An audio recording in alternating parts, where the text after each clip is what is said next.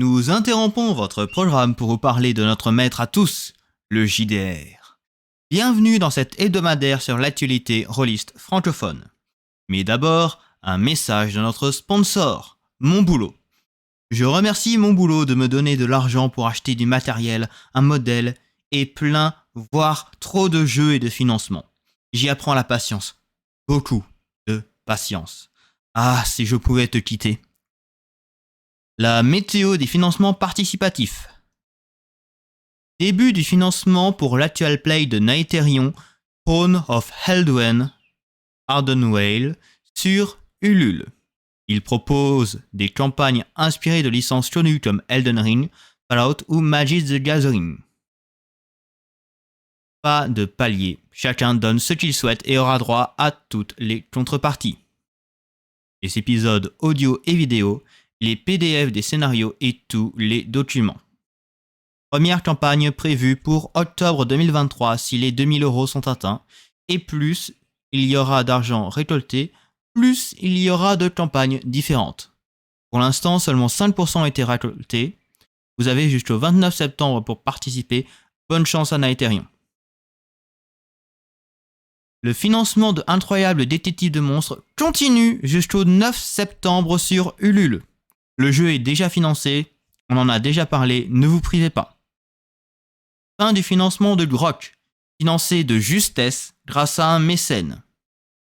Le jeu se retrouve au final avec 4229 € sur les 4000 demandés, 58 contributeurs et aucun palier supplémentaire d'atteint malheureusement. Résultat raisonnable pour un jeu français sur Kickstarter, traduction d'un jeu indépendant que peu connaissent. La livraison est prévue pour 2023, j'espère que nous aurons d'autres projets de la maison nébuleuse. Fin du financement pour les suppléments de Shadowrun, financé à 861% pour plus de 86 000 € et 690 souscripteurs.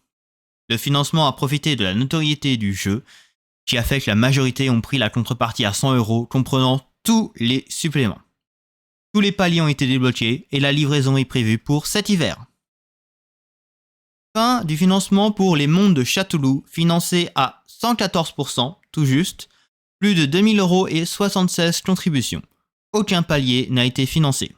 Nous n'aurons donc pas de couleur à l'intérieur du livre, ni de couverture spéciale pour la France. Livraison prévue pour fin septembre 2023.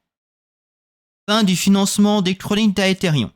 La saison 2 de l'actual play est financée à 251%. Plus de 15 000 € récoltés avec 79 souscripteurs.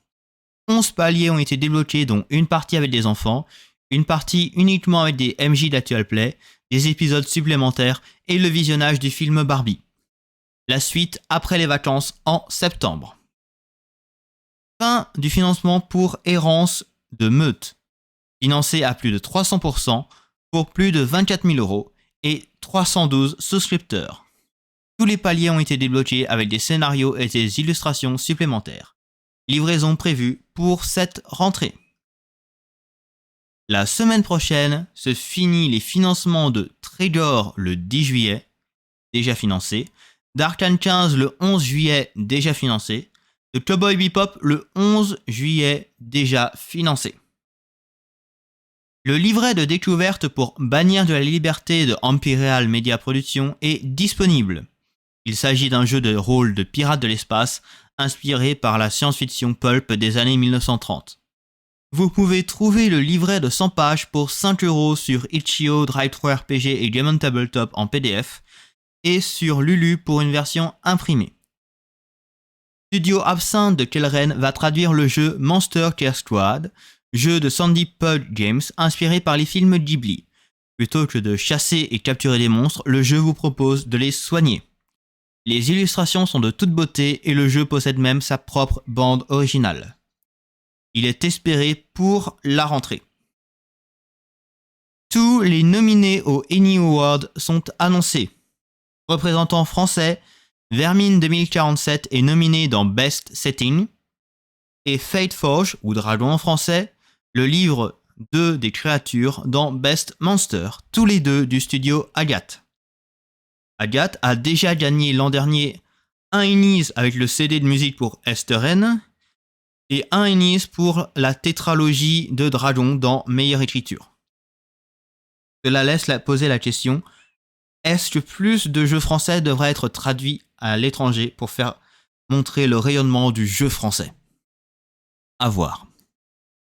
Le jeu de rôle indépendant de la semaine est Vague Pastel, un jeu Vaporwave de Gaël Sacré, disponible sur itch.io. Vague Pastel vous invite à créer des personnages qui se connectent pour la dernière fois à un réseau virtuel reproduisant un 21e siècle fantasmé avant la fin de l'ère numérique. Un jeu de rôle narratif avec ou sans MJ à partir de 12 ans. Je vous donne rendez-vous la semaine prochaine pour de nouvelles actualités. Que les dés vous créent de bons dramas.